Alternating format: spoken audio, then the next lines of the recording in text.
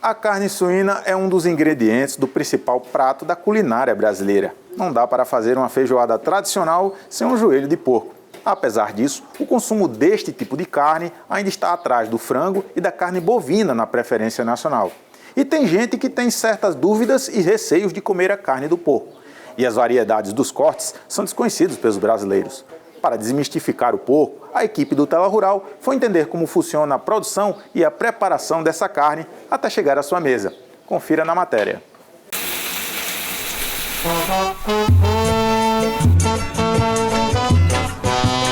A carne suína pode até não ser a preferida dos brasileiros, mas está presente quase que diariamente na nossa alimentação. Alguns preferem não consumir a carne com medo de contaminação. Não costumo comer carne de porco, não sei porquê, mas eu não gosto muito de carne de porco. Eu prefiro outros tipos de carne. Influenciada por alguns mitos que tem por aí da carne de porco. Exatamente. Há muito tempo, minha mãe, meu pai falavam essas coisas, né? Que tinha aquela coisa lá, que não sei como é o nome. Aí a carne eu procuro evitar, sabe? Eu tenho medo. Assim, não faz falta, a carne de porco não faz falta, entendeu? Pra mim não faz falta. Já os que sobrevivem aos mitos da carne suína guardam umas preferências. A bisteca e o pernil. É o que sai mais. Sim, a gente sempre consome lá em casa, principalmente bisteca, costelinha também, que é uma delícia. Já ouvi falar, não sei se é verdade, eu não sou da área médica, né, que às vezes a carne de porco é até mais saudável que uma carne mais vermelha, de boi, né? E a gente sempre consome lá em casa. Faz mal ou faz bem? A Larissa Braga, que é nutricionista, nos ajuda a quebrar um pouco essa barreira sobre o consumo da carne de porco. As pessoas acreditam que é uma carne carregada por ser uma carne oriunda de um animal dito sujo antigamente, mas hoje em dia não existe mais isso. Hoje em dia os animais são tratados é todo acompanhado por veterinários, por técnicos, por nutricionistas. Hoje eles se alimentam de rações fortificadas, então não tem mais esse perigo de contaminação. O que a gente indica é sempre procurar comprar carne suína de uma fonte confiável e não comprar em mercados, em feiras livres, porque a gente não sabe como está sendo o abatedouro desses animais, de onde eles estão vindo. A carne que está chegando, que pode estar chegando lá na feira, pode ser uma carne que tem algum tipo de contaminação e nem é proveniente da criação, é proveniente do próprio processo de abate. Então a indústria ela é muito segura. Então hoje nós temos aí 90% da suinicultura industrial, hoje ela é absolutamente segura.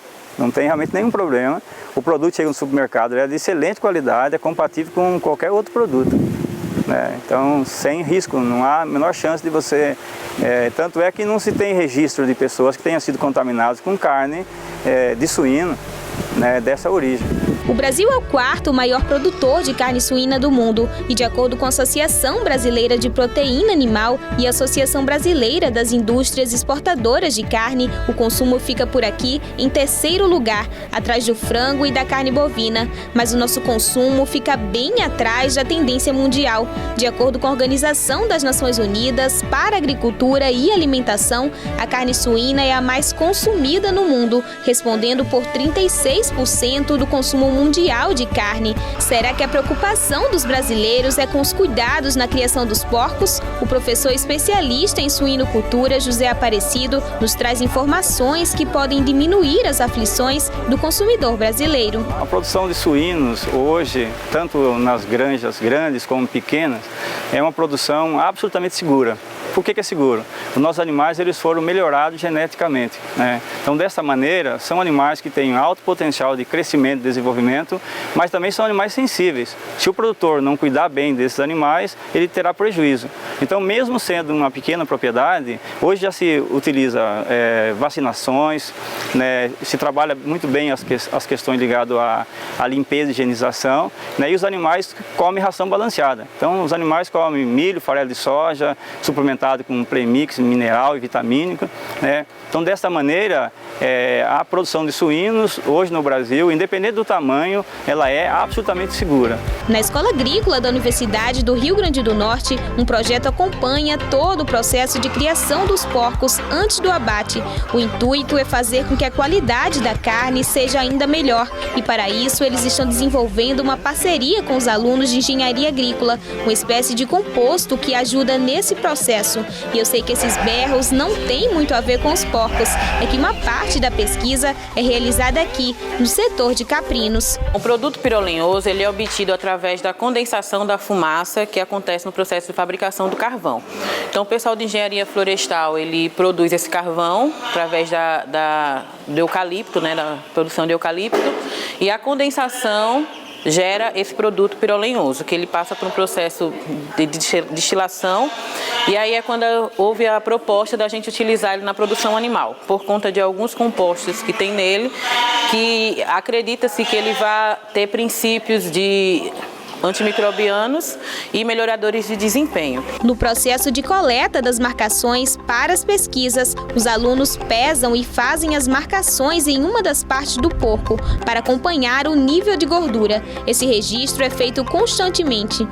Então, o nosso objetivo principal é isso, é observar se o desempenho dos animais vai melhorar com os níveis que a gente utilizou de pirolenhoso na ração, que saiu de 0,5 até 1,5, desses tratamentos que a gente utilizou, e ver qual desses teve melhor resultado, ou não, porque é um estudo pioneiro, a gente ainda não sabe como o animal vai reagir.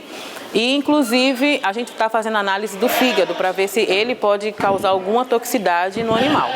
Porque, provavelmente, se causar no animal, isso pode gerar algum resíduo na carne e fazer mal para o consumo também. Bom, se a preocupação principal com relação à carne para o consumo é a saúde, o segredo na hora de selecionar o porco que vai para a panela é usar o conhecimento e a sabedoria ao escolher os cortes e como preparar a refeição. Aquelas partes que vão em um dos principais pratos da culinária brasileira devem ser consumidas com moderação. Os cortes mais gordurosos, que é o que a gente conhece, que a gente coloca na feijoada, por exemplo, a linguiça de porco, o rabo, a orelha, o joelho, eles são realmente mais gordurosos porque são localizados no animal, no corpo do animal, na parte que concentra mais gordura. Então eles devem sim, assim como os embutidos provenientes da carne de porco, serem consumidos com moderação.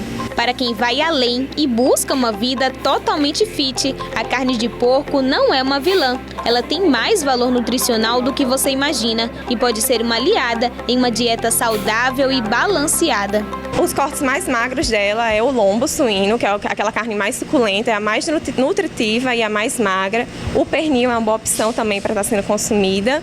A bisteca também. E evitar, da carne suína que a gente precisa evitar, são aquelas partes com teor maior de gordura, que é o toicinho, o bacon e também toda a parte dos embutidos, os ultraprocessados, que são feitos basicamente com toda a parte gorda do animal.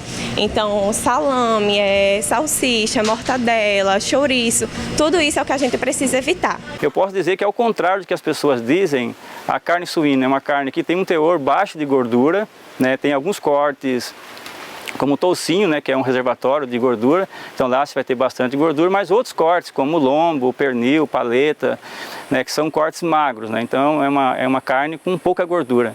Mas essa gordura tem uma excelente qualidade, é rica em ômega 6, rica em ômega 9, né, que são ácidos graxos que são benéficos à saúde humana.